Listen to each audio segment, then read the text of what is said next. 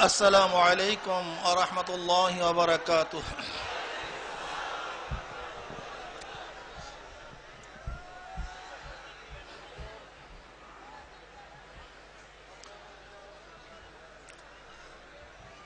الحمد لله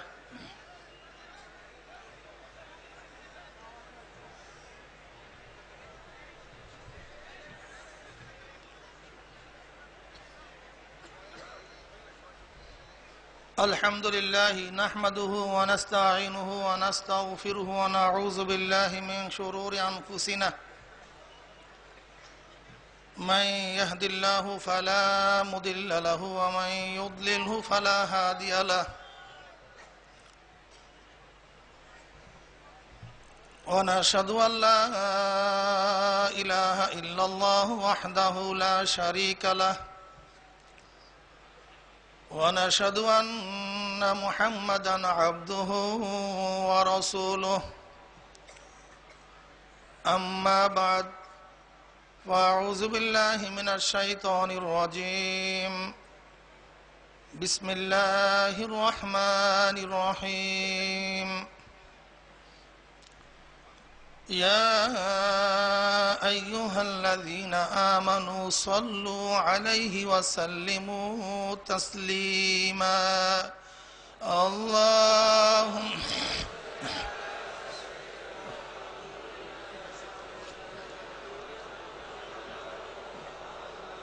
صلى الله عليه وعلى آله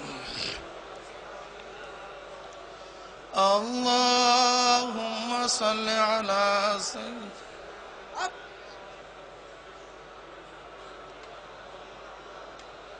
صلى الله عليه وعلى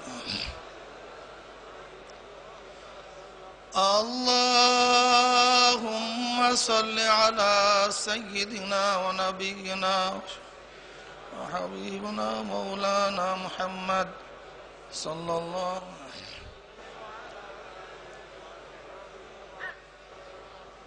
أعوذ بالله من الشيطان الرجيم بسم الله الرحمن الرحيم هو الذي أرسل رسوله بالهدى ودين الحق ليظهره على الدين كله صدق الله مولانا العظيم وصدق رسول النبي الكريم আল্লাহ পাকের বান্দা জনাব মুহাম্মদুর রাসূলুল্লাহ সাল্লাল্লাহু আলাইহি ওয়াসাল্লামের উম্মতগণ, আল্লাহ পাক রব্বুল আলামিন আপনাকে আমাকে এই ফিতনা ফাসাদের জমানায় দেশের দুর্যোগপূর্ণ মুহূর্তে সমস্ত বাধাকে উপেক্ষা করে ফাল্গুন মাসের চরমনায়ের মাহফিল উপস্থিত হওয়ার তৌফিক দান করছেন। এর জন্য শুকরিয়া তান আমরা সবাই বলি আলহামদুলিল্লাহ। দেশের যে অবস্থা চলতেছিল আমরা ভাবতেছিলাম হয়তো মাহফিলে বিশাল তাসির হবে, আসর পড়বে, কিন্তু আল্লাহ পাকের কি কৃষ্মা, মানুষ জানের মায়া ত্যাগ করে, মালের মায়া ত্যাগ করে আমার মাওলার মোহাব্বতে সবাই এখানে হাজির হয়ে গেছে। যারা মাজলিসের মধ্যে আসি এরা খুবই গুরুত্বপূর্ণ ব্যক্তিত্ব, সব মাওলার মেহমান, মাওলাকে পাওয়ার জন্য আসছে। আমার দাদাজান রহমাতুল্লাহ আলাই, আব্বাজান রহমাতুল্লাহ আলাই, তিনারা বয়ান করতেন। সেই মাজলিসে আমাদের মতো লোক বয়ান করা আসলে উচিতই না, আর শোভাও পায় না। কিন্তু কালের পরিবর্তনে আল্লাহ পাক রব্বুল আলামিন অনেক কিছুই করান যা মানুষের বোধগম্য নয়। চরমনায় মাহফিল কেন কায়েম করা হয়েছে? মুফতি আজম গোটা দুনিয়ার আহলুস সুন্নাত ওয়াল জামাত পরিষদের বড় মুফতি দেওবন্দের আজকে তিনি বলছেন চরমনাই মাহফিল প্রতিষ্ঠা করার একমাত্র উদ্দেশ্য হলো রেজায়ে মাওলা, অন্য কোনো উদ্দেশ্যে এটা প্রতিষ্ঠিত হয় নাই। আব্বাজান রহমাতুল্লাহ আলাই দ্বীনের যতগুলি সাইড আছে, দিক আছে, সমস্ত দিক নিয়ে তিনি আলোচনা করতেন। প্রথম দিন সাধারণত এলমে মারেফাত সম্পর্কে আলোচনা বেশি হইত, দ্বিতীয় দিন এলমে শরিয়াত সম্পর্কে, তৃতীয় দিন অন্যান্য বিষয় সম্পর্কে।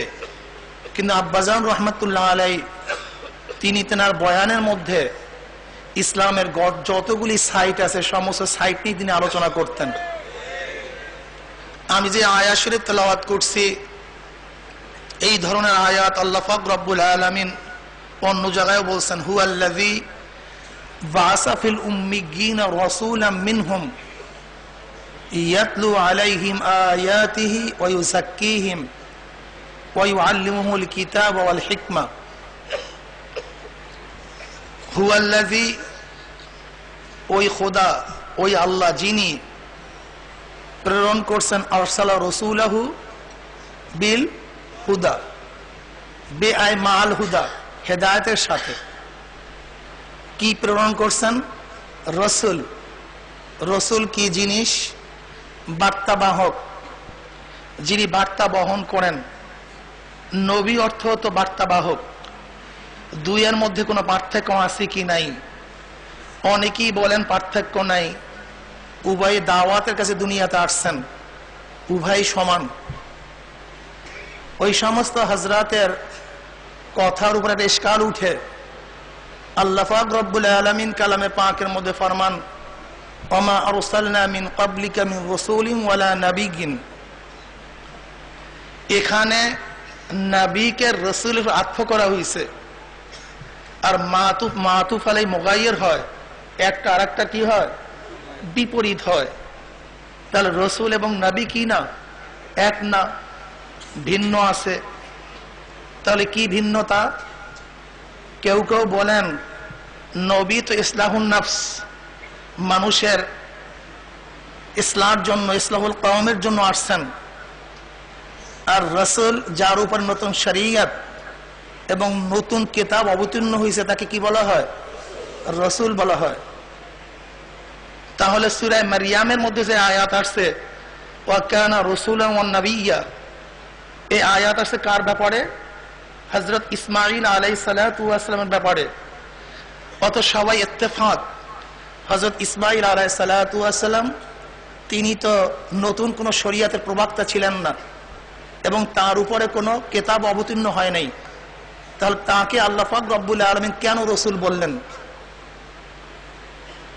হযরত ইমামে তাইমিয়া রাহমাতুল্লাহ আলাইহি কিতাবুন নবুওয়াতের মধ্যে এর সুন্দর একটা ব্যাখ্যা করছেন, যেটা সবচেয়ে কবি, সবচেয়ে মজবুত, শক্তিশালী।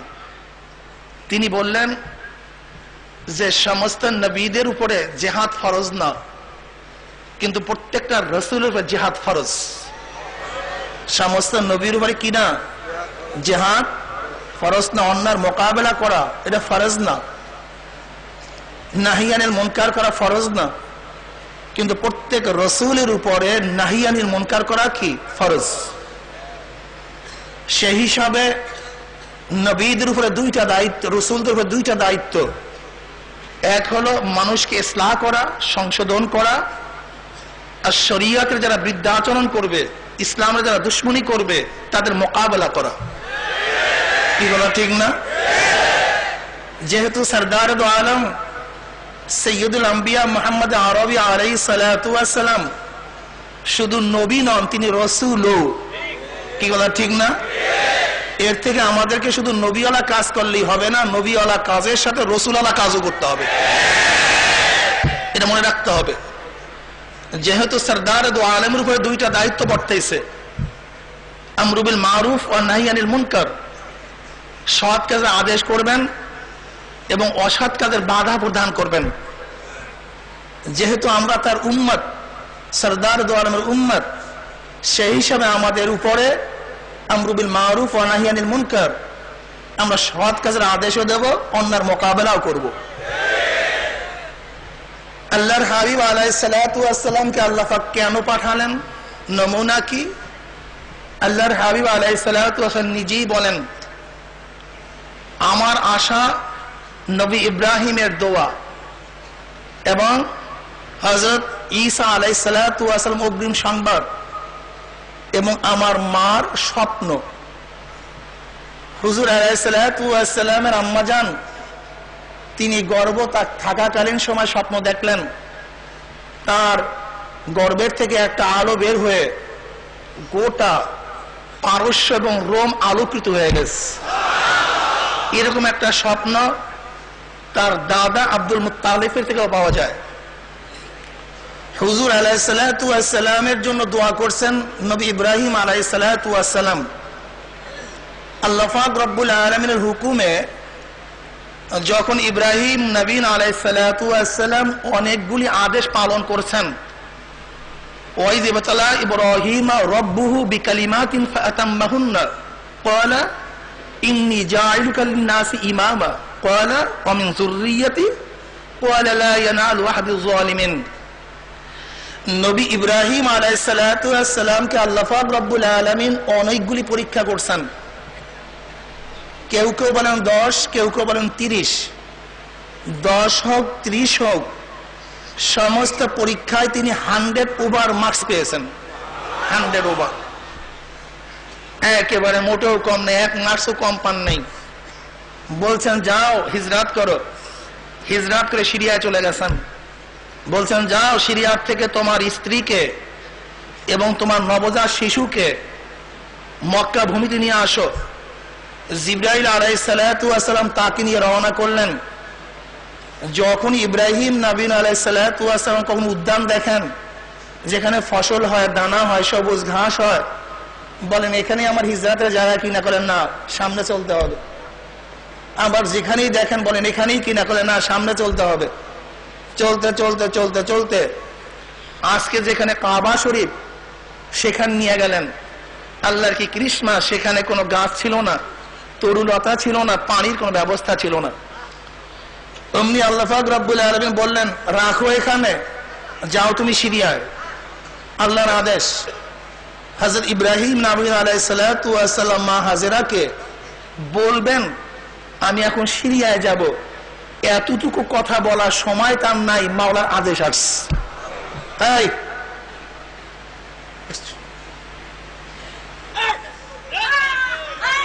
মাওলার কি আসছে? আদেশ আসছে।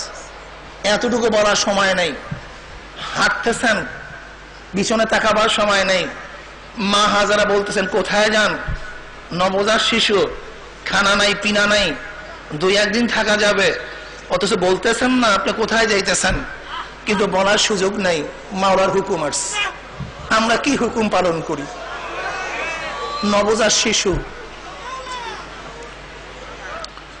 কোরআনের প্রত্যেকটা ঘটনার থেকে আমাদের নসিহত গ্রহণ করতে হবে। প্রত্যেকটা ঘটনার থেকে আমরা মাওলাকে পাওয়ার জন্য কি ত্যাগ করি আর তারা কি ত্যাগ করছে। হযরত ইব্রাহিম আলাইহিস সালাতু ওয়াস সালাম চলে আসছেন, আবারও পরীক্ষা আরম্ভ হয়ে গেছে। ঘটনা আপনারা সবাই জানেন, ঘটনা বলা আমার উদ্দেশ্য না। যাও জবে করে দাও। হযরত ইব্রাহিম নবী আলাইহিস সালাতু ওয়াস সালাম হযরত ইসমাইল আলাইহিস সালাতু ওয়াস সালামকে জবে করার জন্য রওনা করলেন। ঘটনা ব্যাপক, কম বেশি আমরা সবাই জানি। কিন্তু আল্লাহর কাছে প্রশ্ন করলেন না, মাওলা হে তুমি এই পরীক্ষা কেন আমাকে করছো? আমার নবজাত শিশুকে আমি কেন জবে করব? কোনো ইশকাল নেই। আবেদ গোলাম মোমেন কোন ইশকাল করতে পারবে না, প্রতিউত্তর করতে পারবে না। আশেক কোন হুকুম তাকে দিচ্ছেন, এই আশেকের হুকুম পালন করা জরুরি কি জরুরি না এতটুকু দেখার বিষয়। এখানে এটা করা যাবে কি যাবে না এইটা দেখার কোনো বিষয়ই না। পালন করা জরুরি, করতে পারবো কি পারবো না এটা আমার জন্য কি না, জরুরি না। ব্যাস সেই পরীক্ষা তিনি উত্তীর্ণ হয়েছেন। আল্লাহ পাক খুশি হয়ে বললেন ইন্নী জাইলুকা লিন-নাসি ইমামা, তুমি গোটা মানুষের জন্য নেতা। কি হয়ে গেছো? নেতা হয়ে গেছে। তোমাকে ইমাম বানায়া দিলাম, নেতা বানায়া দিলাম, আমি খুশি হয়ে গেছি। প্রতিদান কি? গোটা মানুষের জন্য তুমি নেতা হয়ে গেছে। ক্বালা ওয়া মিন যুররিয়্যতি, মাওলা এই সুসংবাদ কি শুধু আমার জন্যই না আমার ভবিষ্যৎ বংশধরের জন্য আছে? লা ইয়ানালু আহাদিয যালিমিন, তোমার বংশের মধ্যে যেটা আমার অবাধ্য হবে, দিন অনুযায়ী চলবে না, তার কাছে আমার ওয়াদা পুষবে না, কিন্তু যে দিন অনুযায়ী চলবে আমার ওয়াদা তার সাথেও থাকবে। কি কথা ঠিক না? وَإِذْ جَعَلْنَا الْبَيْتَ مَثَابَةً لِلنَّاسِ وَأَمْنًا وَاتَّخِذُوا مِن مَّقَامِ إِبْرَاهِيمَ مُصَلًّى وَعَهِدْنَا إِلَى إِبْرَاهِيمَ وَإِسْمَاعِيلَ أَن طَهِّرَ بَيْتِيَ لِلطَّائِفِينَ وَالْعَاكِفِينَ وَالرُّكَّعِ السُّجُودِ। বাস এরপর আবার ইব্রাহিম আলাইহিস সালাতু ওয়াস সালাম দোয়া করা শুরু করলেন, রব্বানা ওয়াজআল রব্বানা কি রব্বানা ওয়াজআলনা না রে না, এর আগে যে আয়াত ওয়াইস ক্বালা ইব্রাহিম রব্বিজাল হাযা বালাদান আমিনা ওয়ারযুক আহলাহু মিনাস সামারাতি মান আমানা মিনহুম বিল্লাহি ওয়াল ইয়াউমিল আখির ক্বালা ওয়া মান কাফারা ফাউমাত্তিউহু কলিলান সুম্মা তাররুহু ইলা আযাবিন নার ওয়া বিসাল মাসির। দেখেন নবী ইব্রাহিমের কত সতর্কতা। প্রথম দোয়া করছেন আমিন যুররিয়াতি, মাওলা আমার বংশধরের অবস্থা কি? আল্লাহ পাক ওয়াদা করছেন খবরদার তোর মধ্যে যে জালেম সেই বংশধরের প্রতি আমার কোনো ওয়াদা নেই, ওটা আমার আহাল না। কি কথা ঠিক না? এবার দোয়ার সময় সতর্কতা অবলম্বন করছেন। ওয়াইস ক্বালা ইব্রাহিম রব্বিজাল হাযা বালাদান আমিনা ওয়ারযুক আহলাহু মিনাস সামারাতি মান আমানা মিনহুম বিল্লাহি ওয়াল ইয়াউমিল আখির। মাওলা হে, তুমি মক্কা নগরীকে আমান করে দাও, নিরাপদ করে দাও, এবং এই বাসিন্দারকে তুমি ফলের দ্বারা রিজিকের ব্যবস্থা করো। আজীব ব্যাপার, সেখানে কোনো গাছ নাই, পালা নাই, তরু নাই, লতা নাই। দোয়া করছেন যে তুমি তাদের রিজিকের ব্যবস্থা করে দাও কি দ্বারা? ফলের দ্বারা। সুবহানাল্লাহি ওয়া বিহামদি। কিন্তু না, সবাইকে তুমি রিজিক দিও না, কেন প্রথম ওখানে ঈমানের শর্ত লাগান নাই, অমিন যুররিয়াতি। সেখানে এই কথা বলেন নাই যে মাওলা আমার যুররিয়াতের মধ্যে যে ব্যক্তি ঈমানওয়ালা হবে তাকে তুমি নেতৃত্ব প্রদান করো, যে ঈমানওয়ালা হবে না তাকে নেতৃত্ব প্রদান করিও না। সেখানে মুতলাক কথা বলছেন আমিন যুররিয়াতি। আর যুররিয়াতের মধ্যে ফাসিকও হতে পারে, মুমিনও হতে পারে। এর জন্য সতর্ক অবলম্বন করছেন, যেহেতু অন্য ধমক খাইছেন মুতলাক দোয়া করার কারণে, সাধারণ দোয়া করার কারণে।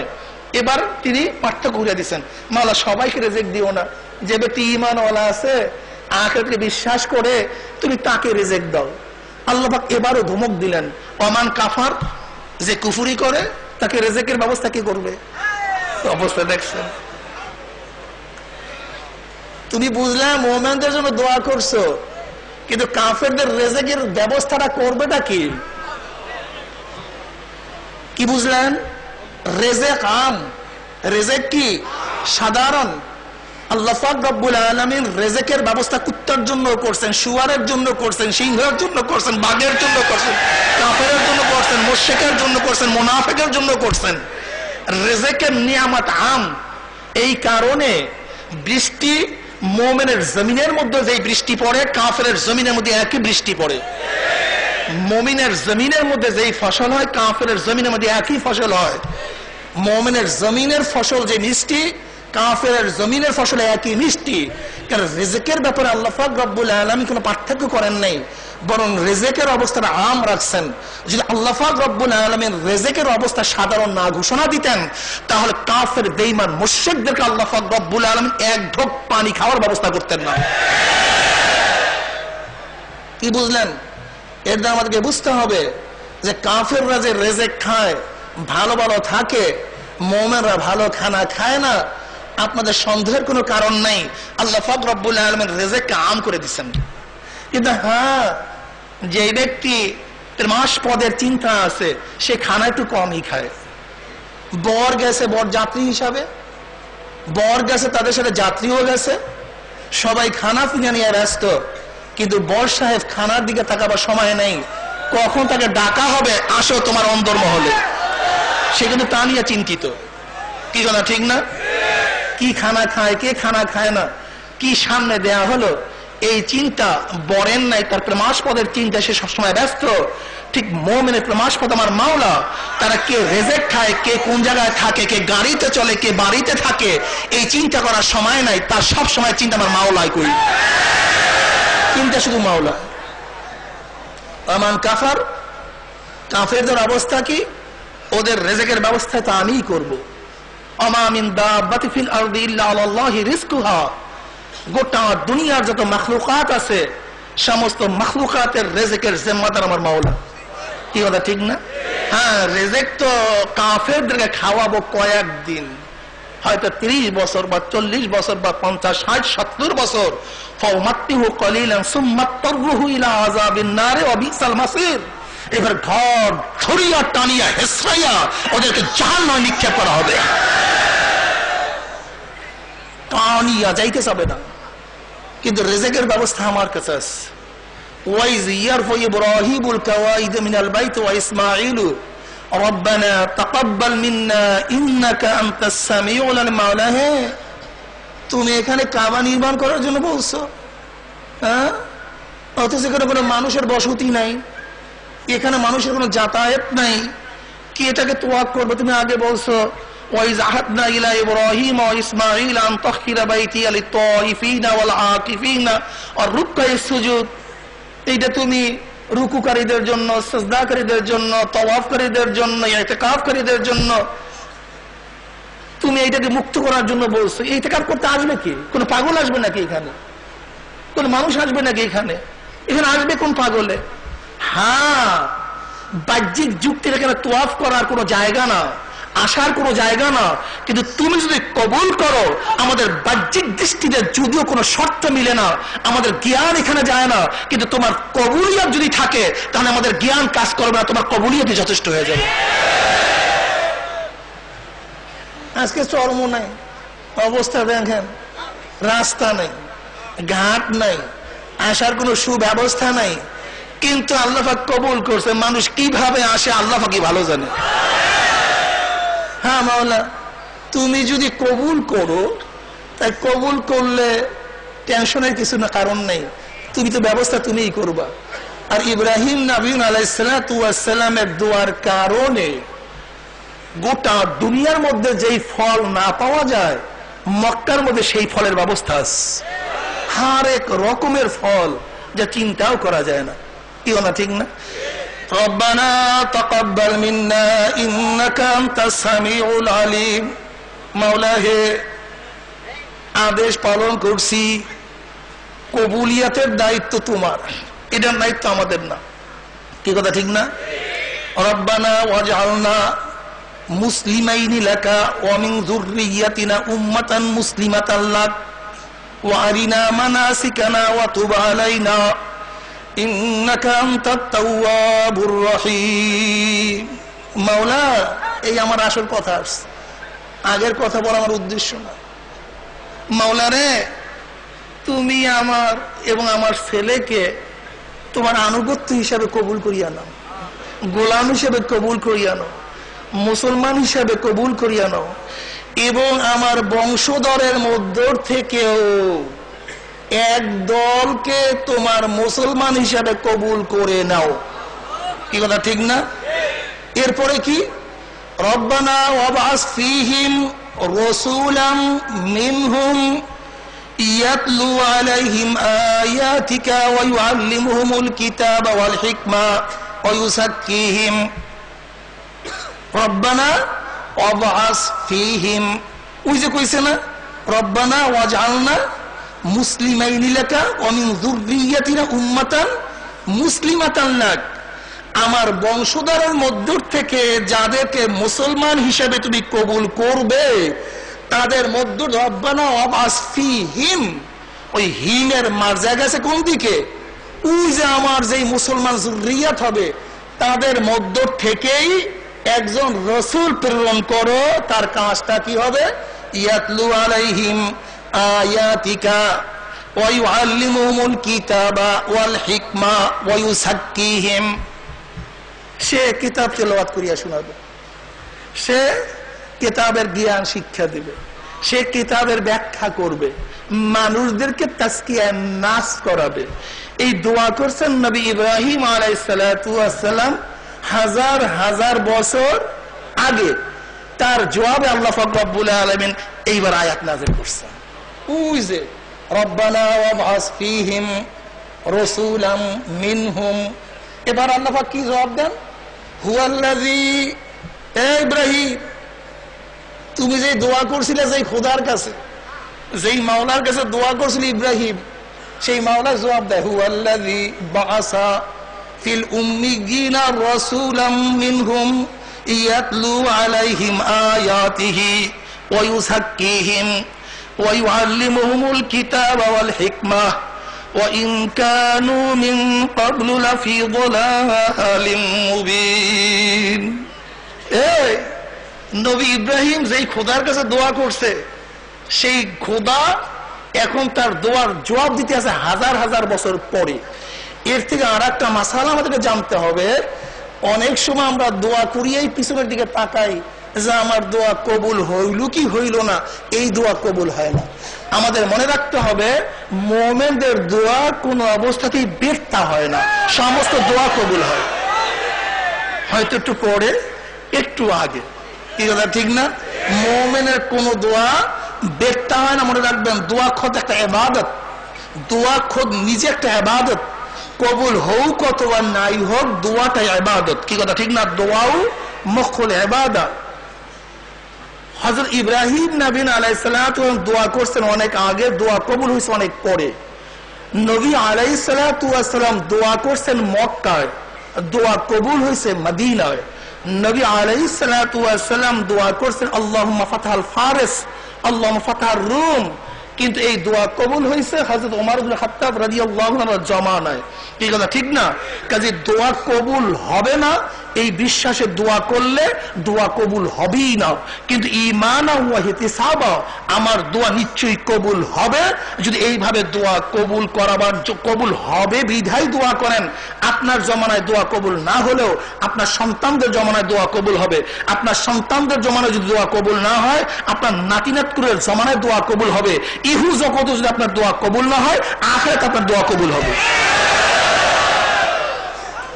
এবার আল্লাহ পাক রব্বুল আলামিন জবাব দেয়, এই ওই খোদা প্রেরণ করছেন একজন রাসূল তোমাদের মধ্য থেকে, উম্মি, উম্মিদের জন্য আজীব ব্যাপার। হুয়াল্লাযী বাআসা ফিল উম্মিয়িনা রাসূলাম মিনহুম, হুমের মাঝে কোথায় গেছে?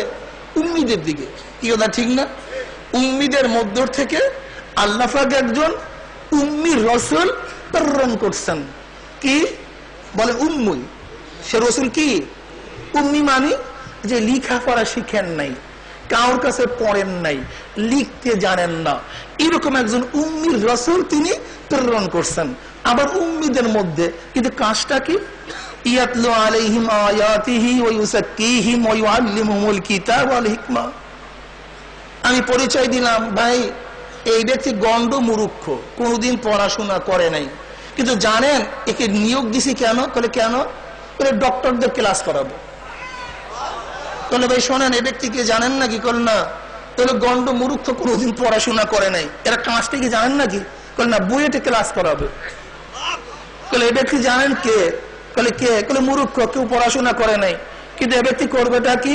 এ ব্যক্তি ইউনিভার্সিটি পড়াশোনা করাবে, দাওরায় ক্লাস করাবে, তাফসীর পড়াবে, হাদিস পড়াবে। পরিচয় দিছি কি? কিন্তু কাজ?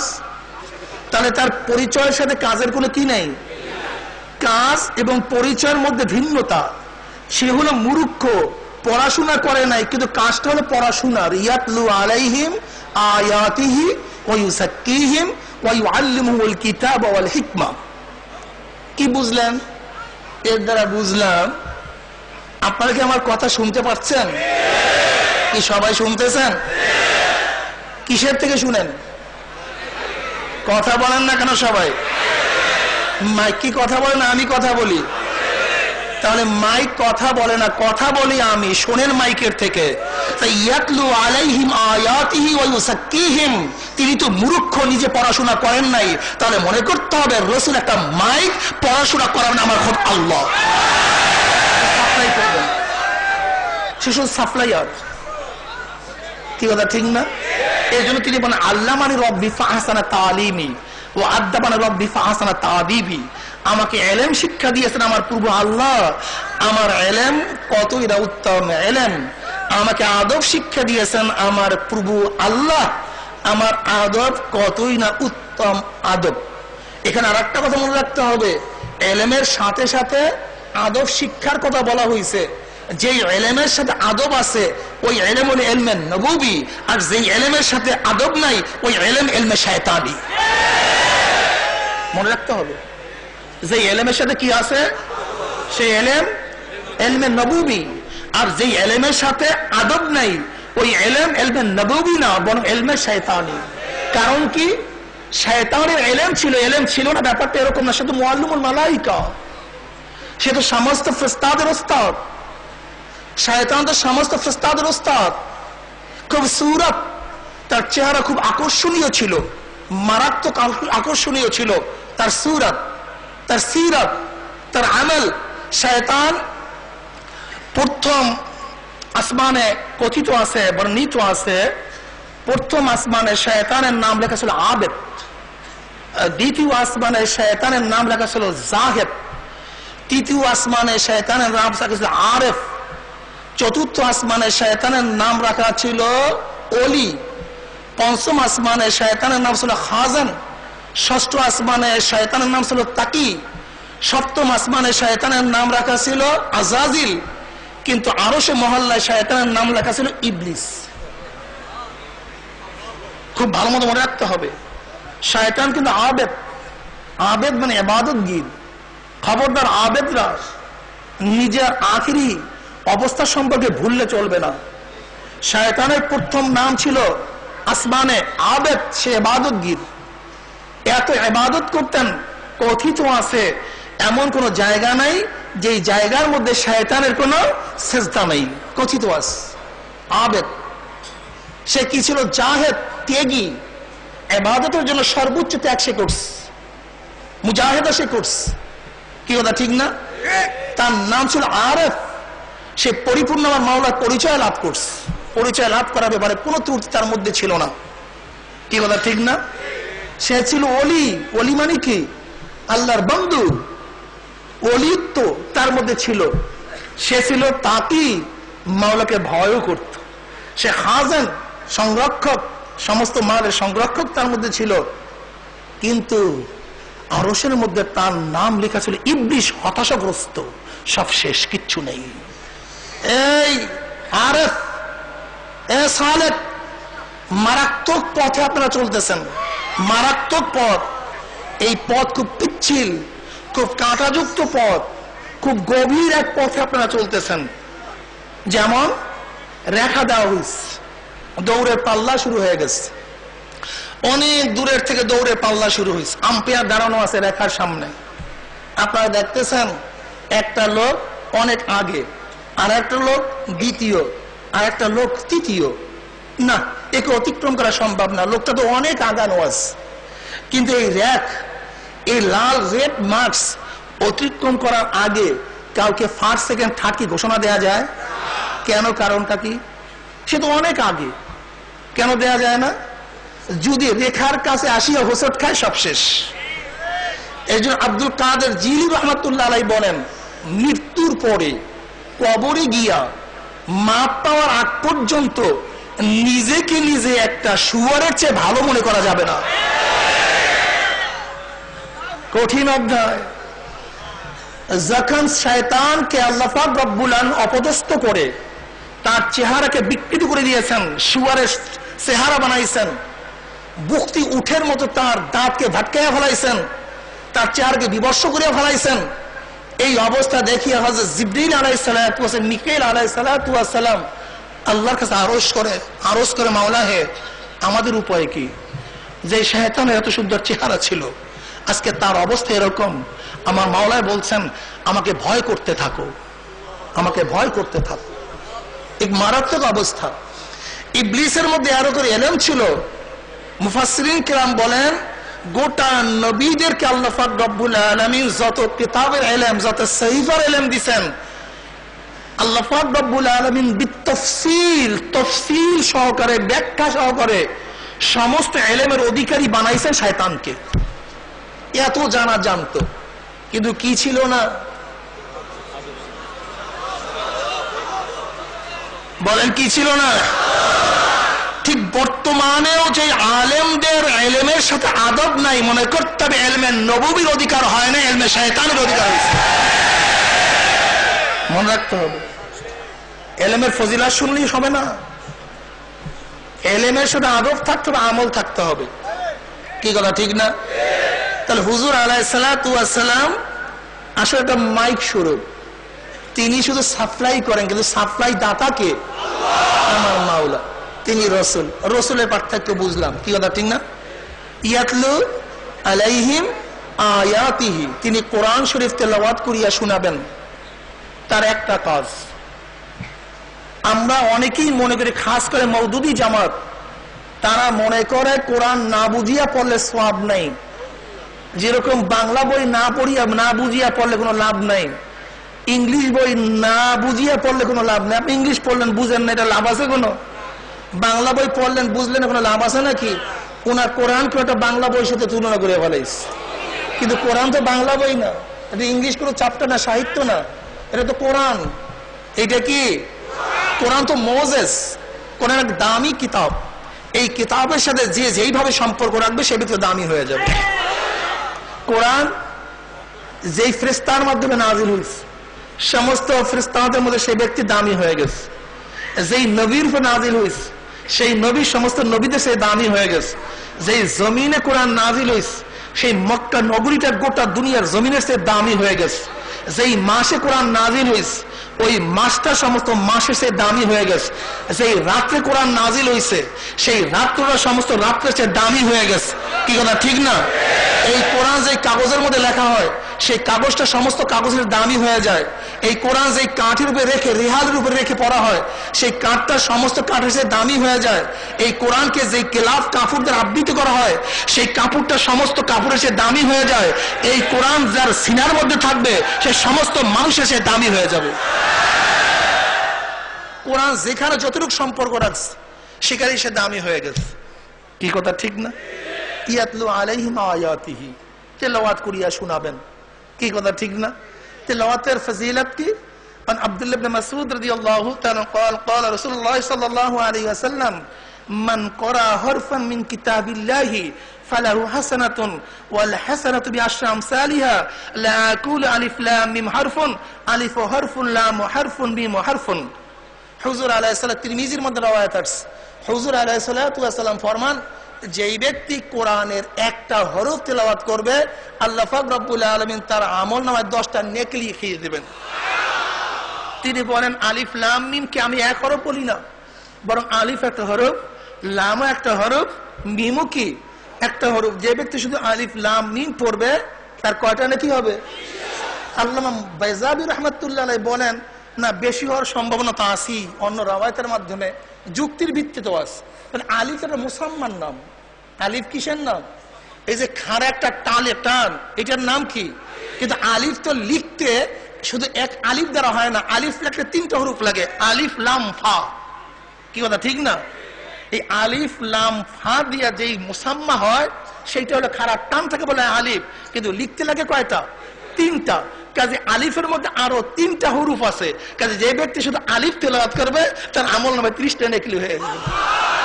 যালিকা ফাদলুল্লাহি ইউতি মান ইয়াশা। আর মাওলা যারা জন্মের মতো দেবে, কত বেশি দেবে আমার মাওলাই ভালো জানে। কি কথা ঠিক না? কাজে তেলাওয়াত করাও কি সওয়াব। এর জন্য আমাদের শায়খ মুহাম্মদ নওয়াল্লাহু মারকাদাহু, তিনি কি করছেন? বাংলাদেশের ৬৮,০০০ গ্রামে ৬৮,০০০ কিরাতুল কোরআন মাদ্রাসা কায়েম করে প্রত্যেকটা মুসলমানের বাচ্চাকে কোরআন তেলাওয়াত করার ব্যবস্থা করে গেছেন। না, অনেকে বুড়া হয়ে গেছে, কিভাবে এখন মাকতবে পড়তে হবে? বয়স্ক কোর্স চালু করছেন। রাত্রে পড়ো, দিনে পড়ো, যখন পড়ো, আমাদের মুআল্লিমরা আপনাকে সেই ব্যবস্থা করতেছে। কি চরমনের মধ্যে আসি কি নাই? না বেহুদা বলতে আসি? দেখেন, আমি মিলাইয়া দেবো যে আমাদের কাজের সাথে আমাদের শায়খ মুর্শিদ নওয়াল্লাহু মারকাদাহু যেই কথা বলছেন, শরীয়তের যতগুলি সাইট আছে, সমস্ত সাইট সম্পর্কে আমাদেরকে আলোচনা করতে হবে। ওয়ায়ুযাক্কিহিম, আমার মাওলাই কারীমের কাছে নবী ইব্রাহিম আলাইহিস সালাতু ওয়াস সালাম যে দোয়া করছেন, তার জবাবের সাথে একটু পার্থক্য আছে। দোয়া করছেন, রব্বানা ওয়াবাস ফীহিম রাসূলাম মিনহুম ইয়াতলু আলাইহিম আয়াতিকা ওয়া ইউআল্লিমুল কিতাবা ওয়াল হিকমা ওয়া ইউযাক্কিহিম। এখানে তাজকিয়া নফস ছিল 4 নম্বরে তার দোয়ার মধ্যে, কিন্তু তার জবাবে যে দোয়া তিনি যেই বাস্তবতা করছেন, সেখানে তাজকিয়া নফস নিয়ে আসেন 2 নম্বরে। কয় নম্বরে নিয়ে আসছেন? ইয়াতলু আলাইহিম আয়াতিহি ওয়া ইউযাক্কিহিম। কারণটা কি? এই মাওলায় কত বড় মারাত্মক অবস্থা দেখেন, আমার মাওলার খেলা কি বোঝা সম্ভব? কি কথা ঠিক না? বাচ্চা তো মক্তবে পড়ছে, তেলাওয়াত শিখছে, ও তো বালেগ হয়ে গেছে। কি হয়ে গেছে? বালেগ হয়ে গেছে। নামাজ কি ফরজ, কিন্তু নামাজের শুধু এই তাকবীরে তাহরিমা, শুধু রুকু করা, শুধু সাজদা করা, এইটাই শুধু নামাজ না। নামাজের মধ্যে আরেকটা আমল আছে যেটা তাসকিয়ার সাথে সম্পৃক্ত। আল্লাহ পাক কি বলেন? ওয়ামা উমিরু ইল্লা লিয়াবুদুল্লাহ মুখলিসিনা লাহুদ্দিন। মনে রাখতে হবে, কোন ইবাদত ইখলাস ব্যতীত কবুল হবে না, কোন ইবাদত ইখলাস ব্যতীত আমার মাওলার কাছে গ্রহণযোগ্য হবে না। ও তো বালেগ হয়ে গেছে, ও নামাজ পড়বে, কিন্তু নামাজের জন্য শর্ত হলো ইখলাস। আর ইখলাস তো অঙ্গ প্রত্যঙ্গের কোনো বিষয় না, ইখলাস তো কলবি ব্যাপার, আর কলবি তো তাসকিয়ার ব্যাপার, আর তাসকিয়া ব্যতীত নামাজ সহি হবে না। এর জন্য ইউযাক্কিহিম, তুই বালেগ হইছো, নামাজ আরম্ভ করছো, নামাজ তো পড়বে, তাসকিয়া নফস আগে কর, তারপর নামাজে দাঁড়ায় যা। কি কথা ঠিক না? এখানে আর একটা প্রশ্ন আছে যে হুজুর তাহলে বেদাতিরা যেই কথা বলে তাসকিয়া নফস করব, এরপর নামাজ পড়বো, তাসকিয়া নফস ব্যতীত তো নামাজ পড়াই যাবে না, এটা কেমন কথা হলো? ভাইও, আপনি লিখতে লিখতে লিখা শিখবেন, না লিখে লেখা শিখবেন কিভাবে? পড়তে পড়তে পড়া পারবেন, না পড়িয়া পড়া পারবেন কিভাবে? হাঁটতে হাঁটতে অতিক্রম করবেন, না হাইটে অতিক্রম করবেন কিভাবে? আপনি নামাজ পড়তে পড়তে তাসকিয়া করবেন, নামাজের না দাঁড়িয়ে তাসকিয়া করবেন কিভাবে? আজীব ব্যাপার। এই বেদাতির গোষ্ঠী বলে যে নামাজের মধ্যে হুজুরি কলব না হলে সেই নামাজ পড়িয়াটা লাভ কি? আবার হুজুরি কলব আনার জন্যই তো নামাজ পড়তেছি। সাইকেল চালানো শিখছি, প্রথম কি অবস্থা? এই দিকে পড়ি, ওই দিকে পড়ি, সেই দিকে পড়ি, খাল গেছে, রক্ত বের হয়ে গেছে। এখন কোন পাগল যদি বলে এই ভাই তুই সাইকেল চালাইতে পারো না, এরকম দাপাদাপি করতেছে গো, তখন তাকে জবাব দিয়ে দেন, গাধা, এই দাপাদাপি করতে পারলেই আমি সুন্দর সাইকেল চালাইতে পারবো, আর দাপাদাপি না করলে সুন্দর সাইকেল চালানো সম্ভব না। ঠিক আমার ভাঙ্গাচুরা নামাজ পড়তে পারলে ভালো নামাজ পড়তে পারবো, ভাঙ্গাচুরা নামাজ না পড়লে ভালো নামাজ পড়তে পারবো না। ওই ইউযাক্কিহিম, তিনি তাসকিয়া নফস করবেন কিভাবে? আল্লাহর হাবিব আলাইহিস সালাতু ওয়াস সালামের মধ্যে পাওয়ার ছিল, পাওয়ার, সেই পাওয়ার আমাদের মধ্যে নাই। শোনেন, অনেক মলম আছে না, কিছু কিছু মলম আছে ব্যথার মধ্যে লাগাইলি কারবার শেষ, কিছু কিছু ঔষধ আছে একবার খাইলে যথেষ্ট, কিছু কিছু কোম্পানির প্যারাসিটামল আছে যে একবার খাইলে যথেষ্ট, অন্য কোম্পানির প্যারাসিটামল 5 বার খেলে যথেষ্ট না। কিরকম আছে কি নাই? তো একই প্যারাসিটামল, কিন্তু একবার আর 5 বারের মধ্যে এত পার্থক্যটার কারণটা কি? এটা আমাদেরকে বুঝতে হবে। হুজুর আলাইহিস সালাতু ওয়াস সালাম স্পেশাল পাওয়ার, তার মধ্যে এমন একটা পাওয়ার ছিল যে পাওয়ারে যাওয়ার সাথে সাথে মানুষের এমনিতে আত্মশুদ্ধি হয়ে যাইত। কি কথা ঠিক না? এই পাওয়ার আস্তে আস্তে হ্রাস পাইতেছে, হ্রাস পাইতে পাইতে পাইতে পাইতে কিয়ামতের যখন আসবে তখন কোনো পাওয়ারই থাকবে না, সমস্ত মানুষ বেঈমান হয়ে যাবে, সমস্ত মানুষ আল্লাহকে ভুলে যাবে, তখন আল্লাহ পাক কিয়ামত নাজিল করে দেবেন। ওয়ায়ুযাক্কিহিম, তাসকিয়া নফস। এই তাসকিয়া নফস একটা দামি জিনিস। এই তাসকিয়া নফস যদি করতে পারেন, আমাদের মুফতি আজম সাহেব দামাত বারকাতুহুম তিনি বয়ান করছেন, আসরের পরে তাসকিয়া নফস করতে করতে কলবটা স্বচ্ছ হয়ে যায়, পরিষ্কার হয়ে যায়। পরিষ্কার হওয়ার পরে এই কলবের মধ্যে অনেক জিনিস ধরা পড়ে যেটা স্বাভাবিক পরিষ্কার ছাড়া ধরা পড়ার কথা না। কি কথা ঠিক না? যেমন আয়না, আয়নার মধ্যে ময়লা, আপনি যতই চেহারা দেখতে চান চেহারা আপনাকে দেখাবে না, কিন্তু আয়নাকে আস্তে আস্তে পরিষ্কার করেন, পরিষ্কার করতে করতে করতে করতে আয়না তো ঠিকই আছে, মৌলিক গুণ তার মধ্যে আছে, কিন্তু ময়লা ধরার কারণে আয়না তার মৌলিক গুণকে প্রকাশ করতে পারে না। কিন্তু তার মধ্য থেকে যখন ময়লাটাকে সাফ করবেন তখন দেখবেন আয়না পরিষ্কার হয়ে গেছে। আপনার চেহারার মধ্যে কি আছে আয়না তা ক্যাচ করে ফেলাইবে। ঠিক প্রত্যেকের মধ্যে কলব আছে, ইন্না ফিল জাসাদি লামুদগা। প্রত্যেকটা মানুষের মধ্যে, কাফেরের মধ্যেও, বেঈমানের মধ্যেও, ফাসিকের মধ্যেও, মুমিনের মধ্যেও গোস্তের টুকরা আছে, আয়না ঠিকই আছে, কিন্তু কাফেরদের আয়না কেন দেখে না, মুমিনের আয়না কেন দেখে? কারণটা কি? এটা পরিষ্কার, কি কথা ঠিক না? আর কলব অনুযায়ী চোখের মধ্যে ধরা পড়ে, বুঝেন নাই? হুজুর আলাইহিস সালাতু ওয়াস সালাম একদিন বসার পরে আবু জাহিল্লা সে হাঁটতেছে, আল্লাহর হাবিব আলাইহিস সালাতু ওয়াস সালাম কাছে আসার পরেই বলতেছে, মুহাম্মদ সাল্লাল্লাহু আলাইহি ওয়াসাল্লাম, তোমার চেহারা এত কালো, এত কুৎসিত, এত খারাপ, এরকম মুজাম্মাদ বয়ান করতেছে, খুব গালিগালাজ করতেছে। আল্লাহর হাবিব বলেন, তুমি ঠিকই বলছো চাচা, আমরা ঠিকই বলছেন। আবু জাহিল্লা চলে গেছে। কিছুক্ষণ পরে আবু বকর সিদ্দিক রাদিয়াল্লাহু তাআলা আয়েশা বলছে, ইয়া রাসূলুল্লাহ, আপনার চেহারা এত সুন্দর, এত স্বচ্ছ, মনে হয় চাঁদের চেয়ে আপনার চেহারা উজ্জ্বল। লাওয়ামি জুলাইখা লারাইনা জাবিনাহু লাসারনা কাতাল কুলুবি আলাল ইয়াদি। আয়েশা সিদ্দিক রাদিয়াল্লাহু ফরমান, মিশরের মেয়েগুলি নবী ইউসুফের চেহারা দেখিয়া তাদের হাতকে কাটিয়ে দিস, কিন্তু ওই নারীগুলি যদি আমার নবীর চেহারা দেখতো তাহলে নিজের হাত দিয়া তাদের কলিজা কাটিয়া ফেলাইতো। আবু বকর সিদ্দিক রাদিয়াল্লাহু বলতেছেন, আপনার চেহারা এত সুন্দর, মনে হয় না চাঁদের চেয়ে উজ্জ্বল। আল্লাহর হাবিব বললেন, তুমি ঠিকই বলছো। বেশ ভালো কথা।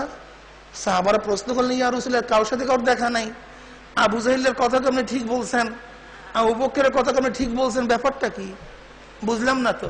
বলে, শোনো, প্রত্যেকের কলবের সাপটা তার চোখের মধ্যে ভাসিয়া ওঠে, কলবের সাপ চোখের মধ্যে ভাসিয়া ওঠে। যেহেতু আবু জাহিল্লার কলবটা কালো কুচ্ছিত, সেই কালো কুচ্ছিত চোখের মধ্যে ভাসার কারণে ও আমাকে কালো কুচ্ছিত দেখছে, আর আবু বকরের কলবটা যত স্বচ্ছ সুন্দর পরিষ্কার, এর জন্য আমার চেহারার মধ্যে নূর দেখছে। এই যে চরমোনাই আলাকে অনেকে খারাপ বলে, এর কারণটা কি? আসলে তার কলবটা কি খারাপ কিনা এটা দেখার বিষয় আছে, কি কথা ঠিক না? এটা তো দেখার বিষয় আছে। আসলে খারাপের কারণটা কি, তার চোখের মধ্যে খারাপ লাগার কারণটা কি? আমার মনে হয় তার কলবের ব্যাপারটা দেখার বিষয় আছে, না কলবের ছাপ তার চোখের মধ্যে লেগে গেছে। এখানে আর একটা কথা মনে রাখতে হবে, কারোর মহাব্বত কারোর আদাওয়াত যেন সৃষ্টি না করে, কারোর মহাব্বত কারোর আদাওয়াত যেন সৃষ্টি না করে। আপনি একজনকে মহাব্বত করছেন, তার মানে এই নয় আপনার মহাব্বত আরেকজনকে শত্রু বানায় দিচ্ছে, এটি ইসলামের মধ্যে জায়েজ নেই। আপনার পাঁচ উস্তাদকে আপনি মহাব্বত করবেন, কিন্তু এক উস্তাদের মহাব্বত যেন আর এক উস্তাদের শত্রুতা পয়দা না করে। আমাদের মধ্যে কথা বুঝেন নাই? আমরা কি করি, কারোর মহাব্বত কাউকে শত্রু বানায় দেয়, এটা ঠিক না। মহাব্বতটা একজনকে করতেই পারি, কিন্তু তার মানে এই নয় আর একজন আমার শত্রু, বরং একজনকে বেশি মহাব্বত করা এটা দোষণীয় না। যেমন আয়েশা সিদ্দিকা রাদিয়াল্লাহু তাআলা আনহাকে আল্লাহর হাবিব আলাইহিস সালাতু ওয়াস সালাম বেশি মহাব্বত করতেন, অন্য অন্য স্ত্রীকে ঘৃণা করতেন, ব্যাপারটা এরকম না। সবাইকে মহাব্বত করতেন, কিন্তু তার মহাব্বতটা তার মধ্যে বেশি গালেব হয়ে গেছে, এটা তার নিয়ন্ত্রণে না। আমাকে অনেকে বলে যে হুজুর শায়েখ রহমাতুল্লাহ আলাইহি আপনাদের 7 ভাইকে খাদেম বানায় গেছে, সবাই কি মোহাব্বত লাগে? আবার আপনাদের দুজনে খলিফা দিছে, আপনাদেরকেও মোহাব্বত লাগে। আবার কারোর কাছে বয়াত হইছি, তাকেও মোহাব্বত লাগে। কিন্তু হুজুর আমাকে প্রশ্ন করে, হুজুর আপনার চেয়ে তো অমুককে একটু বেশি মোহাব্বত লাগে, এটা কেমন অবস্থা হইবে? আমি কি এটা আমার দোষ না? আর একজনকে শত্রু লাগে কিনা, ঘৃণা লাগে কিনা? না হুজুর ঘৃণা লাগে না। আমি বললাম যদি ঘৃণা লাগে এইটা দোষ, কিন্তু কাউকে একটু বেশি মহাব্বত করে এটা আপনার দোষ না, এটা আমার মাওলা পাক রব্বুল আলামিন নিয়ন্ত্রণ, এটা আমার নিয়ন্ত্রণে না, এটা আমার নিয়ন্ত্রণে না। কাউকে বেশি মহাব্বত লাগতেই পারে, কি কথা ঠিক না? এরকম বহুতে মহাব্বত করে, কিন্তু 5 উস্তাদ আছে, কিন্তু কাউর মহাব্বত কাউকে যেন শত্রু না বানায়। চরমনের মুরিদ হইছেন, তার মানে এই নয় আর একজন হক্কানি মুরিদকে, হক্কানি পীরের মুরিদকে আপনি শত্রু বানাবেন, এইটা আপনার ইসলাম না, এটা ঈমান না, এইটা আপনাকে শিক্ষা দেওয়া হয় নাই, এই শিক্ষা আপনাকে দেওয়া হয় নাই। বরং যার মধ্যে ইসলাম থাকবে, আমার আব্বাজান রহমাতুল্লাহ আলাইহি তিনি একটা উসুল বাতাইছেন, আসলে তোমার কাজগুলি কি ইসলামের জন্য, ঈমানের জন্য, না তোমার নফসানিয়তের জন্য, বুঝবা কিভাবে? এটা উসুল বাতাই রেখে গেছেন, খুব মজার একটা উসুল। বলে কি?